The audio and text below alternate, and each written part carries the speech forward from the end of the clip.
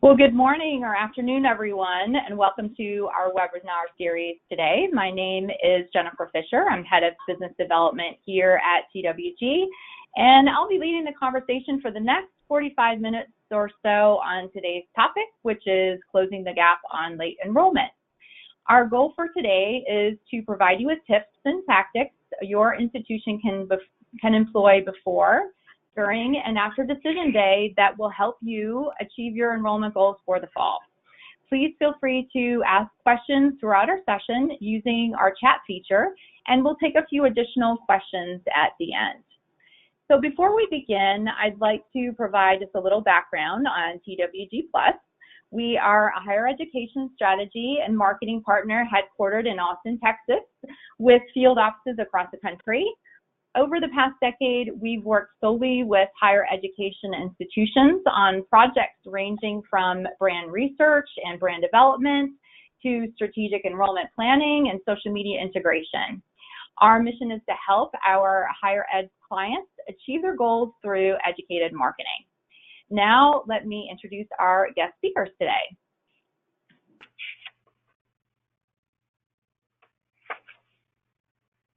So today I'm joined by my colleague, Heidi Robb, our Director of Enrollment Management. Welcome, Heidi. Good morning. Heidi has consulted with our guest speaker, Arlene, whom I'll formally introduce in a moment, on Guilford's enrollment initiatives over the past year and can provide context to Guilford's goals and strategies from an enrollment marketing perspective. I'm also delighted to have Ms. Arlene Cash join us today, who serves as the Vice President for Enrollment Management at Guilford College, where she has led Guilford's enrollment initiative since 2015. Prior to Guilford, she was VP for Enrollment at the University of the Pacific and served as the inaugural VP for Enrollment Management at Spelman College for 10 years. Arlene chairs the advisory board at the National Research Center for College and University Admissions and has presented at local, regional, and national conferences of ACRO, of NACRAC, of College Board, NCEPP, and from media outlets including NPR's Talk of the Nation, U.S. News and World Report, and PBS. Arlene holds a bachelor's degree in the fields of English and philosophy from Guilford College, an MA in philosophy from Kent State University, and is currently working on her doctorate in higher education at the University of Georgia. Welcome, Arlene. It's great to be here. Thank you so much. Thanks. So before we get started on today's topic, I would like to provide our audience a bit of background on Guilford College. So Arlene, would you take a moment to tell us a bit about the college? Sure, thank you. So as many of you know, Guilford, we are celebrating our 180th year, founded in 1837. We are a small liberal arts college, like so many of you on the webcast with us today. We have about 1,500 students at this time. We've had up to 3,000 students and are really recovering from a big initiative to have adult students on our campus that was supported by the state, and the state no longer had that support. So we are reimagining our adult program and really growing our undergraduate and traditional age program. So we have, so right now we have mostly traditional students on our campus. We have a 4-year guarantee program for tuition, 4-year, 1 tuition, no changes. So we're excited about that. We're a D3 school, so we have lots of scholar athletes here, and founded by the Quaker community. So we are guided by our 7 principles of justice, stewardship, community, diversity, equality, excellence, integrity, and integrity. So that's Guilford in a nutshell. All right, thanks, Arlene. Well, let's get started on our first question for closing the gap on late enrollment. Our first question is about National Decision Day. Could you, Arlene, tell us a bit about which tactics you've employed to help prepare for your May 1st date? Sure. So as many of you know, National Decision Day is really a lot about. It's a more formal day than it is in actuality. I would guess that most of you on the phone will be eagerly accepting deposits after May 1st and have accepted deposits before May 1st. So usually we get about 50% of our class committed by May 1st, and another 25% between May 1st and June 1st. Um, in the old days when we didn't have electronic information and going through, it was a postmarked by May 1st. But right now, we just expect students to come in close to that date, as close as possible. But we know also that the remaining 25% will commit sometime between May 10th and June 30th. So we're doing everything we can to get an edge on these students between that time and then. They're trying to make a decision between Guilford College and probably two or three other colleges. They're looking at financial aid. Perhaps they haven't visited yet. They're talking to the influencers in their life about financial aid, about affordability, distance from home, and we're trying to help them close those gaps. So a lot of our strategy around National Decision Day is, number one, by May 1st, really pushing that day as the day they have to make a decision, trying to provide incentives about housing priorities, financial aid and scholarship priorities, all on May 1st.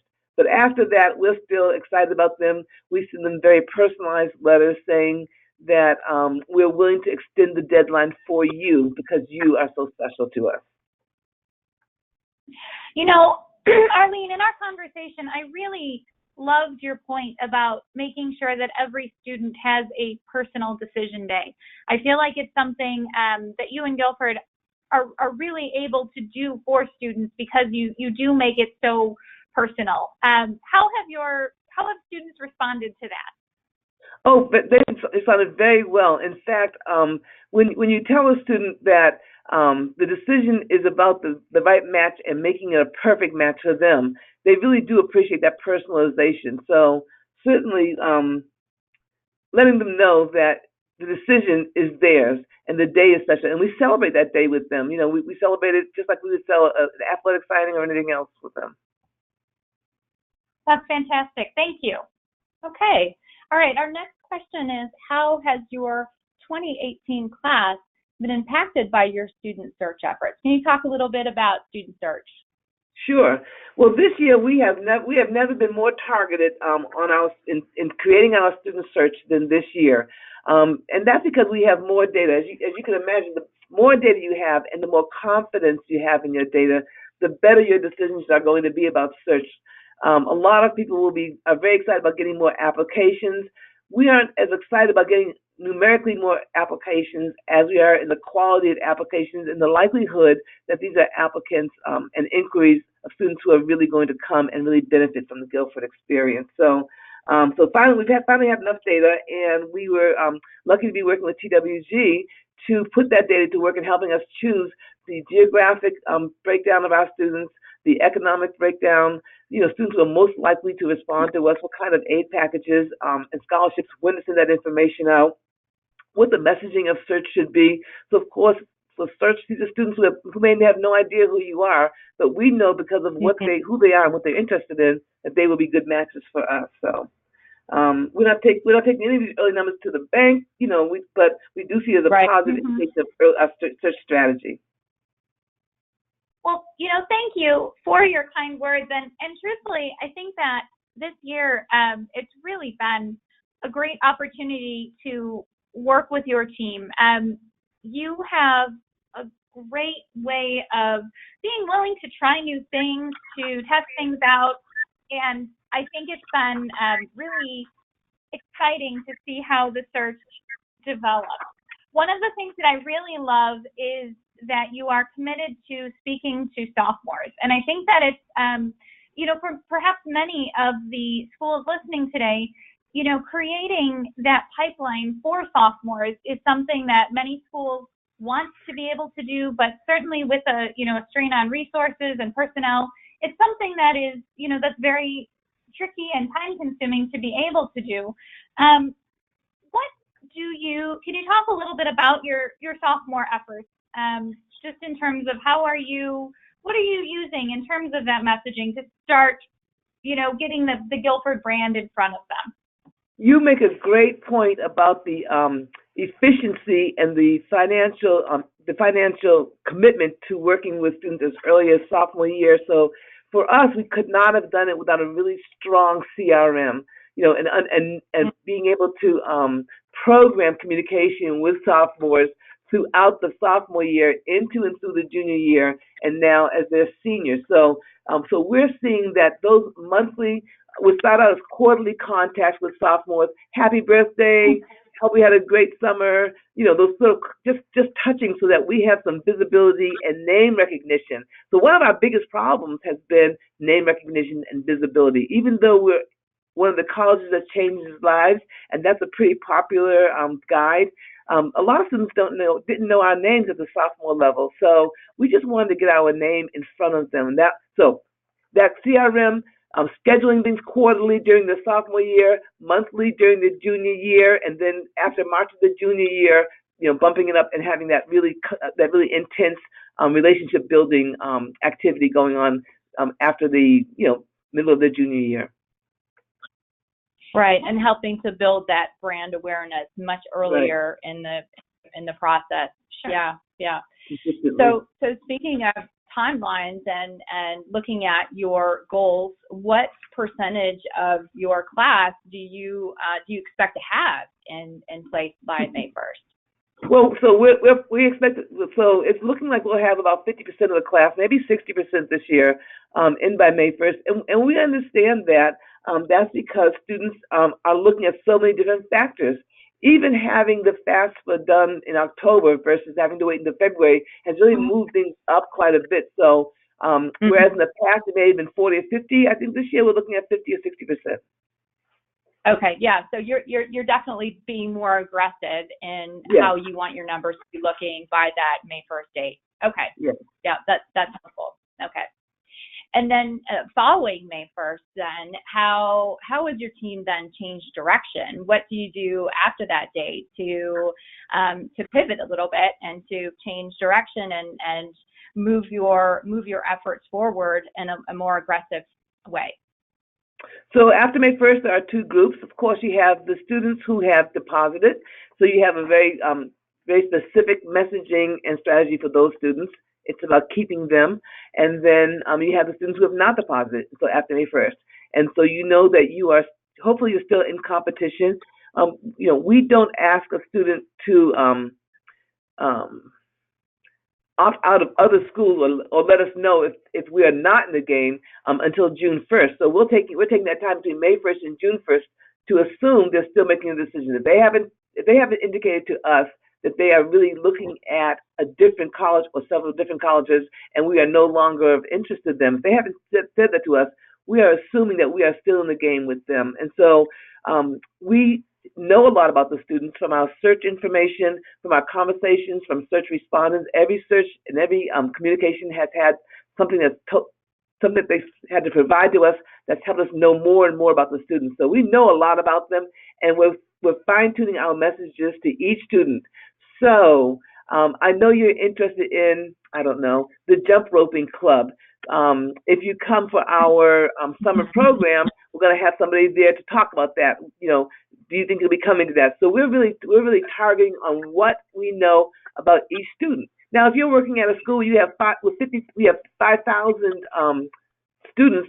That's not going to work. But we're talking about maybe 700 students, and so that's easy for us to do. We break it into each counselor's group. They know their students. They know the students who are on the edge, and they're having very personal conversations. What kind of financial aid do you need?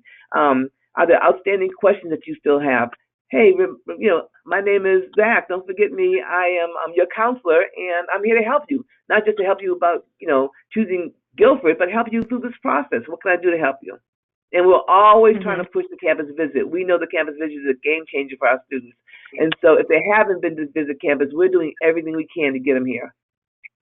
Yeah, so and really encouraging those one-to-one conversations with your counselors and prospective students, and making sure that they have every opportunity to get on campus and to see firsthand what Guilford's all about. Right, and after May 1st, we're real careful to make sure they get a communication from us saying that May 1st has come and gone. We still have seats in the class, but that's not guaranteed. We'll hold a seat for you as long as you want us to, but just know that we put a little pressure on the student as well. Make a decision. Sure, sure, absolutely. But I really enjoy your commentary about that personal conversation about getting to know that student, and I can't stress that enough. In my conversations that talking to the student, letting them know that you care about them as an individual and not a number, and talking to them, as you said, about the jump rope club, or it really makes that difference. And I think that it's something that is just so important, particularly at that time as students are, on that final leg of their journey. Right. So speaking about your timeline, and after May 1st, can you talk to us a little bit further about what your benchmarks are associated with your recruitment timeline? What do those dates look like, and what is the process throughout your recruitment timeline? Sure. Well, I look at this the timeline as being sort of an 18-month process where you're really beginning with a student in the middle of their junior year and working with them all the way through their enrollment in August or September.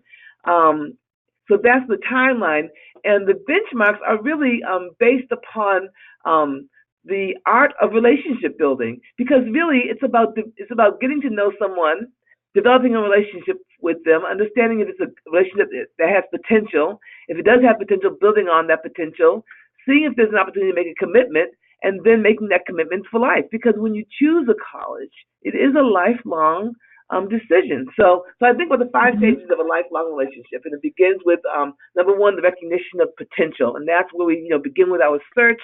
I've heard that you might be the kind of person I might like. Do you think I might be the kind of person or school you would like? And then sizing each other up will be the second stage. Are we a good match? Are there things, if I'm a student looking for a large research university, perhaps a relationship with a small liberal arts college isn't the best thing, unless you're looking for a specific major that only the small liberal arts college has. And then maybe there is an opportunity for a relationship. So understanding that. The third stage will be comparison in the context of your own life. So who am I and where do I want to go, and will this school help me be there? Going on to it will be a good relationship, and then finally ending up with that lifelong relationship. So we start in March of the junior year. We're just sending out information about us. We're at college fairs, as all of you are handing out information. We have open house programs on campus.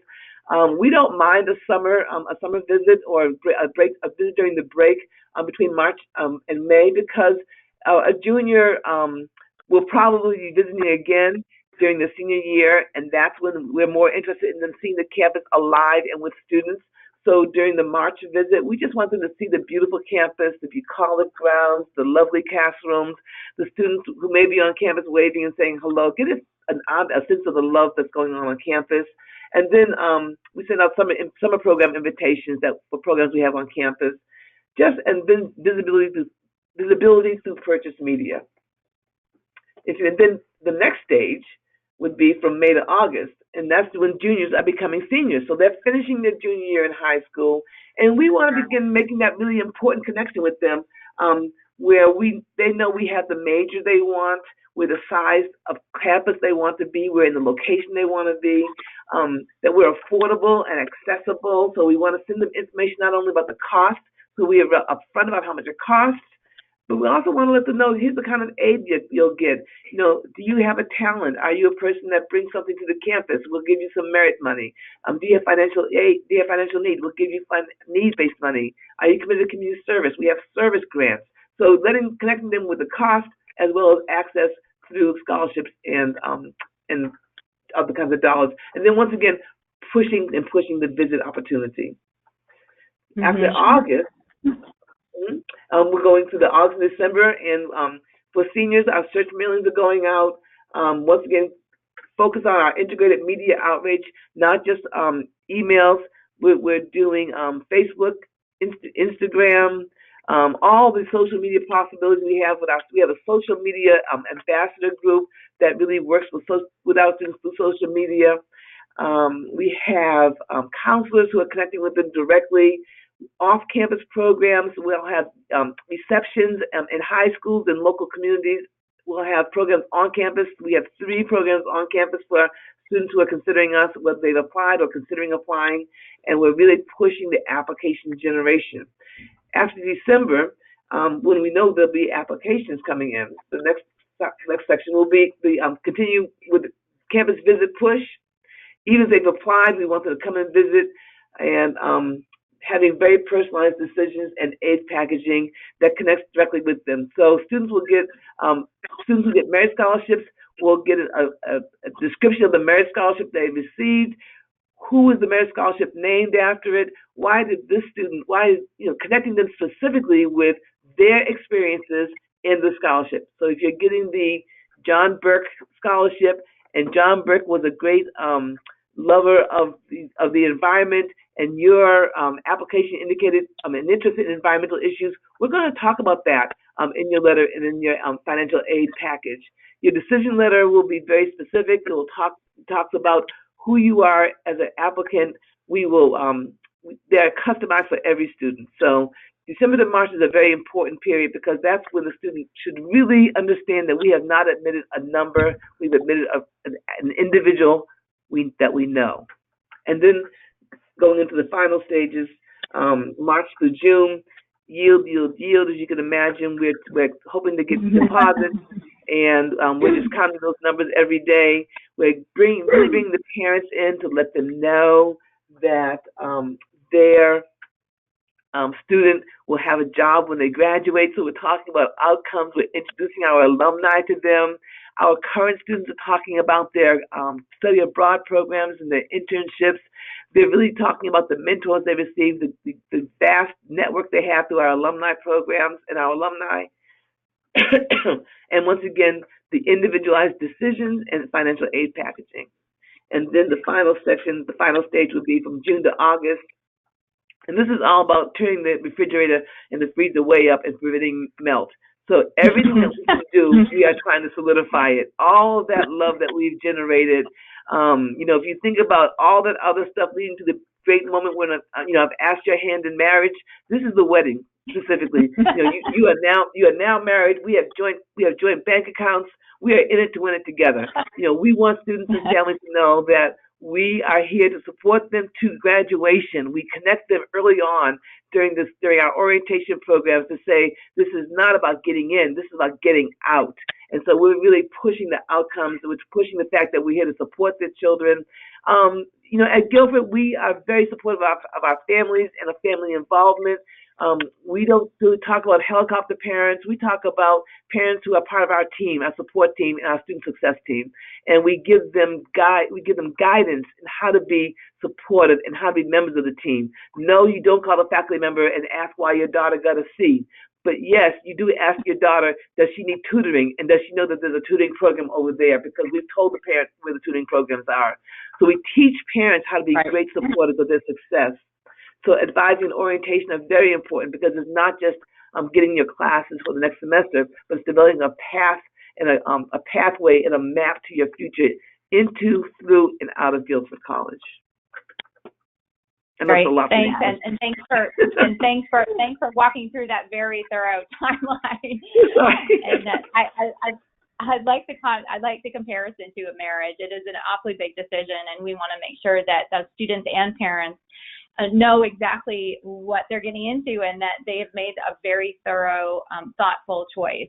And so I appreciate your efforts to make sure that they have all the tools and resources at their fingertips. And Heidi, I think you had a few. Right, no, and I think that really is, the case that I love how you are helping the parents to be a resource. That, I think we all see a lot of parents who are very, interested in their student success, which is fantastic, but helping the parents to understand how to draw that line between being that helicopter parent and how to be a resource, understanding what their student needs and having that parent communication to sort of spell that out, give them the guidelines, is a really great thing that I think a lot of schools can take away from this, that give the parents the tools, equip them with the knowledge of here's how you can be helpful to your students, and everybody wins in that situation.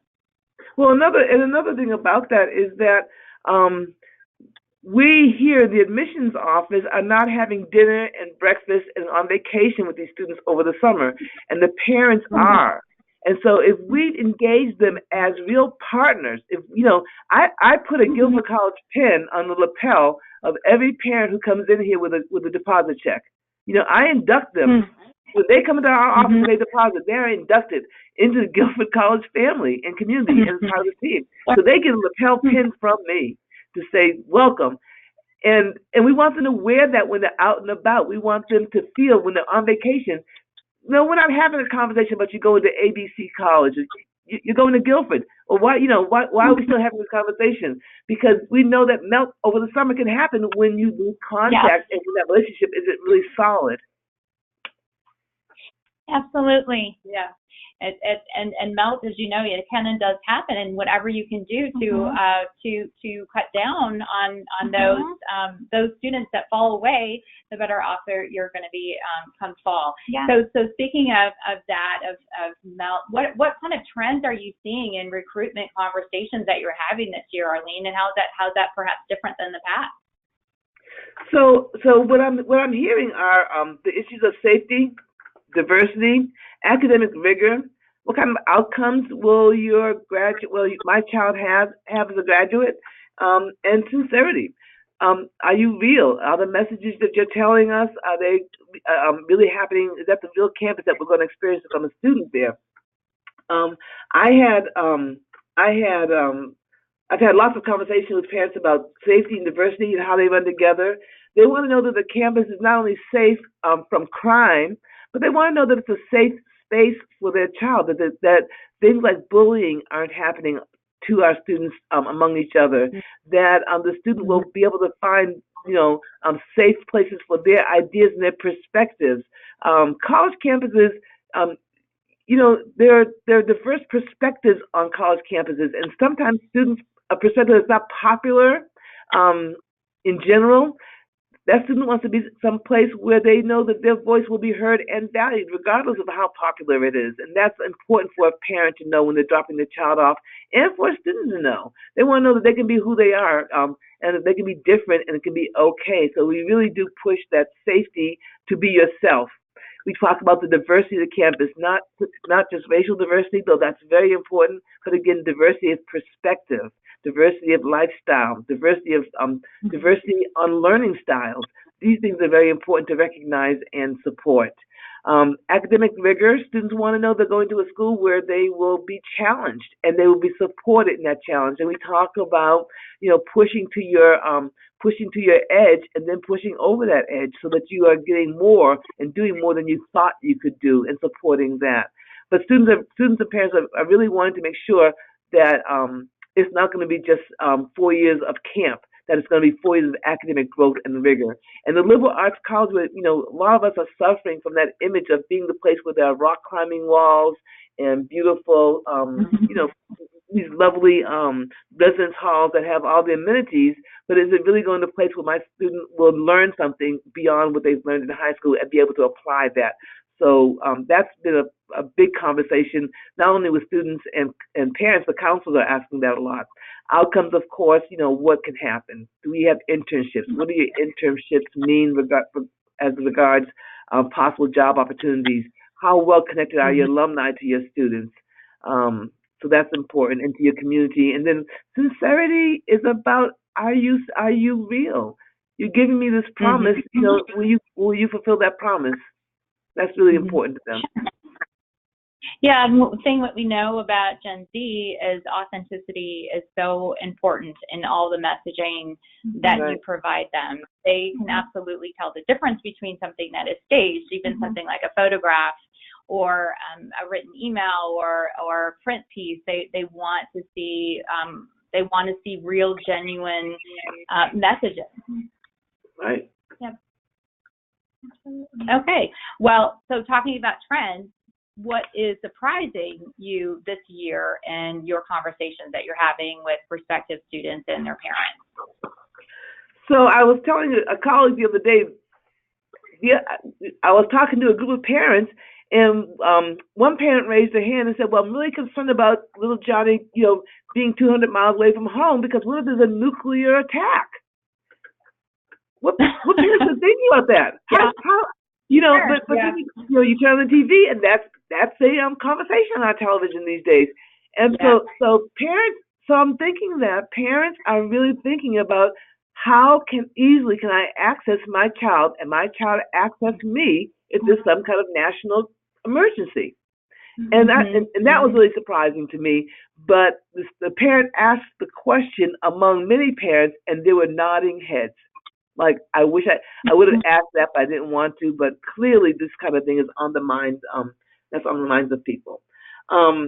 Students are talking about their loans. They don't want to take. They don't want to take out a loan. It is not. It is not unusual for a student to come and say, "I need more financial aid." I'll say, "Well, you have this loan opportunity for $2,500. Well, no, my goal is to go through college with no loans. And I don't say this out loud to them, but yeah, my goal is to go through life without a loan. But the house and the car, it's kind of hard to do that. So how do we help students understand value? And so the value proposition has to be upfront and center early on, so they understand. Yes, we can give financial aid, but there aren't many colleges in the wonderful position to be able to meet the full need of every student without doing loans. And so it's surprising to me how many students think they will get through college without taking out any loan whatsoever.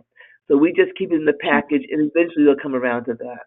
And then, of course, the amount of engagement from early decision students is also, they want to be connected from the very beginning, even if they were admitted in November all the way through. And they really want to be on campus. So we have a speaker series called the Brian Series, and some of our early decision students are asking if they can come to that. So we're trying to accommodate them being actual Guilford students early on.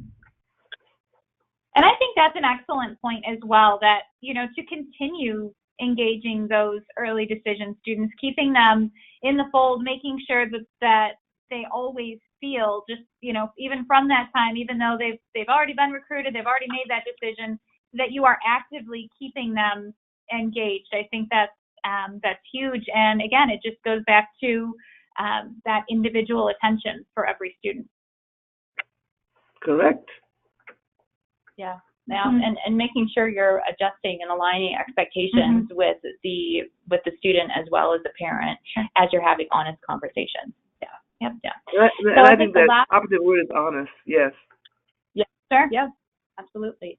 So our last question before we get into a few audience questions that have come in is, so you're coming down to enrollment day and the final stage of the process. How are you keeping those confirmed students engaged after May 1st? How are you helping to prevent the summer melt that we were talking about earlier? So as I mentioned earlier, our communication with students for those 17 months prior to this has been about information gathering, and we know what their deal breakers are. We know the things that are going to really make or break this deal with them, and we are laser focused on that for each student. All of our counselors have their specific student cohorts, and they know their students very well, and they know if it's for one student, it may be being able to be in the residence hall that's being renovated. We're going to talk about how they can get into that renovated residence hall. We are inviting them on campus for overnight programs. Come and be a Guilford student. They will get their identification card when they get here. It's the ID card they will bring back when they become students here. They have access to the residence hall, to the library, to the gym, just like every other Guilford student would have. And we're using the information we've learned about them all throughout the process. We're developing a newsletter for parents so that they know what's going on campus all the time, and giving them tips. We'll have features from other parents. What's it like to be a first-generation parent? What's it like to be a parent of a student who lives cross-coastal or internationally? What's it like to be a student that is a member of the LGBTQ community? So we're putting things in the newsletter that we hope will touch on the interest. And it's all about keeping them engaged so there's no melt. that class of 2022 Facebook is, we want to keep it fresh. We want to keep it open and continuously growing and relevant. And we're telling students to share their life. You're part of Guilford now. Send us pictures of your summer vacation. Let us know what you're doing. What are you thinking about? What's what's the top 10 books of our students? So when they get here, we're going to say, here are the books that you were reading over the summer, or here are the movies that you really loved this summer, or here's what you were doing. Here's how many miles you've traveled that we know of. So we want to connect with them in very personal ways. And once again, this is the advantage of being at a small school, because you can do that. It's not so easy at large universities, I don't think. Sure, absolutely. I think these are really great. I love the newsletter idea. I think that just keeping that engagement going, keeping everybody interested and informed is huge. And I love that you're having separate groups. You're forming separate communities based on particular interests. So I think that's what's great about having separate Facebook groups, whether it's for an extracurricular activity or another specific interest that is related to anything from music or a hobby or anything like that. And I think that makes them feel part of the community before they actually get to campus. So thank you for that insight. And finally, before we take a few questions from the audience, I wanted to ask you, Arlene, over the past time when working with TWG, how have you found your partnership with TWG and how it's helped you and your search and recruitment efforts? Tell us a little bit about that partnership and the time that you've had with not only Heidi but our account managers and the staff that we have on board. Oh, thanks for asking that. I think that's very important, because when we're looking for partners, we're looking for people who care about us as much as we care about our students. So for us, the first thing was to find a group that would be flexible and would work with the very individualized and personalized approach that we expect to have with our prospective students and our prospective student community, all the people that support our students. We are firm believers in following the data, and so we are very data driven, and we use that data with personalization and the individual focused strategy. So it's not just numbers, but we're using those numbers to help us know the people that we're working with. And TWG totally got that, and it was able to help us create an initial search campaign to begin with that really reflected that understanding that we're talking to individuals and to people. So we need separate messages relative to whom we are speaking and when we're talking to them. And that's what you do. You all understand the research yields the data, which gives us the necessary information for us to start the conversation. But that we have we need to have the experience with you, and you having that experience with us to move us forward, using different kinds of media, helping us understand what media is good when, how to mix it up, when to send things out, what the timing was important. And it's not just one relationship or a specific experience, but it's the many relationships intertwined in the multifaceted experience, making that real, genuine, and sincere. Students knowing that they know that they are one of millions out there looking at colleges. They need to know from us, and they have found that through us, through our work with TWG, that they are people and not just numbers. Yeah, thanks, Arlene. I appreciate that, and it means a lot. Absolutely. I know Heidi has looked at a couple other questions that come in, so I thank you for that input, and thank you for sharing your insights with us today. And if you have a few more minutes, we wanted to keep on schedule. We're gonna address a few questions. I think there was one logistical question about having the slides available, and of course we will send out a link to the recording as well as having the slides to download after the presentation. But then we have a couple other questions that have come in. Heidi? Yes. So, Arlene, the question is, what is the level of engagement regarding your Facebook page? This is from a colleague who says they have noticed a sharp decline regarding admitted students engaging over their page over the past few years. So what has been your experience at Guilford? We so we have students that manage the Facebook page more than actually counselors, and they probably push harder than we would. We don't have enough time to really to stimulate conversations. So that allowed us to, I think, keep a very robust conversation going on Facebook. The more students who are admitted, the more students who commit to being here, the more conversations we have. I think all of us will see it. The numbers go down now as students are making their final decisions. They're shopping less and less. So we'll see a decline, but understand that those who are still on are the highest quality. So we've got to really keep them engaged at an even higher level, I think. So I don't know. The question is, am I seeing a decline? Not really, but we are aggressively pushing those conversations through Facebook. Mm-hmm.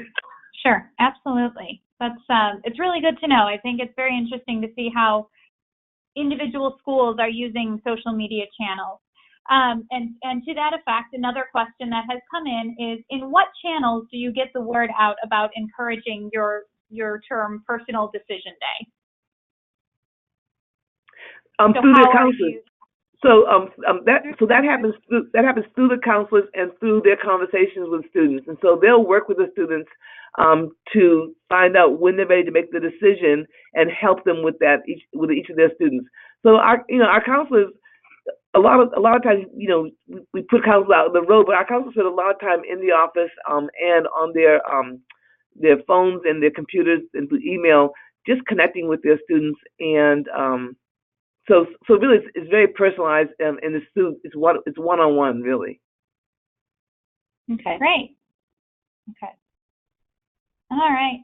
And then I think the final question that we have is, just in terms of as you are building up to that May 1st, getting ready into the summer push, what does your travel season kind of look like during that time? As you're encouraging students to come out and visit your campus, how are you finding your high school visits to be at that time? Are you finding those to be beneficial, or are you is it that combination of going out to your audience and then also encouraging them to come in and visit the campus?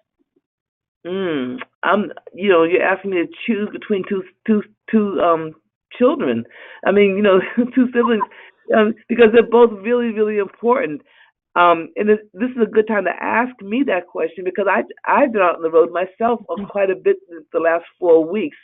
I've done college fairs and I've done high school visits, and I was surprised with the high school visit. Now, what I like to do is to go into individual classrooms whenever possible. Whether it's to give a workshop on writing a college essay, or how to conduct yourself during an interview. But if I can get a teacher to allow me to come into the classroom, and I can get 20 minutes to talk about Guilford College, and then the other 20 minutes to talk about the other more generic information, it's a great visit. And we get such quality inquiries from that kind of visit in the high school visit. I think the old sit in the cafeteria and collect names days, that's important for some visibility, and it's great for schools that have that have high visibility already. If you're the flagship, you can go in there and everybody knows your name. But if I go to a high school in I don't know, Foxborough, Massachusetts, they're probably not going to know my name. So I need to give them something. I have to give them something for them to really for my visit to really matter. The college fairs, I think, are great because I'm at a small college. So I may have half the numbers that the University of North Carolina Chapel Hill will have, and I'm being generous, maybe a fourth of the number of that number coming to visit me. But I'm able to sit down at the table, the students able to sit down at the table, and we're able to have a quality conversation. I can ask, I can go from them writing down I'm interested in English to finding out that they've written poetry and they have a book of poetry, and I can, my follow-up card to them can say, can you send me one of your favorite poems just for your file? And that's the kind of thing that can happen, at a college fair. For me, that doesn't happen for some colleagues that are at bigger schools, probably. Sure.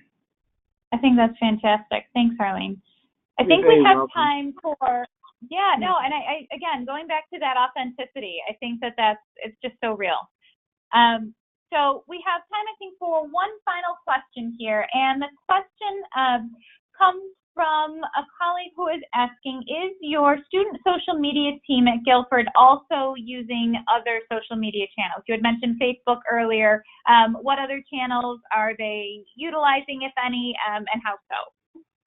Oh, I wish my team was in the room with me now. So I'm pretty sure they're using Instagram, Snapchat. I saw a student doing a glide conversation with somebody. So I don't, I'm not sure if that was something on our table, but she was actually in a glide conversation. So I think, as you know, social media changes every day. So the reason we have students doing this is they know more than us. I mean, surely, my team will tell you I am just beginning to understand what Snapchat is and why. So but our students are all over it. So. Yes. So No, thank you. And absolutely. No, and I think it's great to be able to leverage your students to, to help out with the social media, because you're right, they are very invested in it. So I think it's great. Yeah, and as a partner, we always try to promote our clients' engagement with prospective students too. We get really excited when we see what's called acceptance euphoria, right? When they take pictures of their acceptance packages, and we try to promote that also on Instagram, we know they're doing this on Snapchat, and we try to keep folks informed on Twitter as well. We know that different colleges use different social media channels for various purposes, so we help round that out as well. So with that, I just want to thank you, Arlene. Thank you, Heidi. Thanks to the audience. We had a really nice audience today with some great follow-up questions. I appreciate your time. I'm going to leave you with Heidi's information for follow-up, but of course we will send this out as a recording, and we will give you the slides as well. And with that, I think we're going to end things for today. So thanks everyone for joining us, and have a great rest of the day. Thank you. It was a great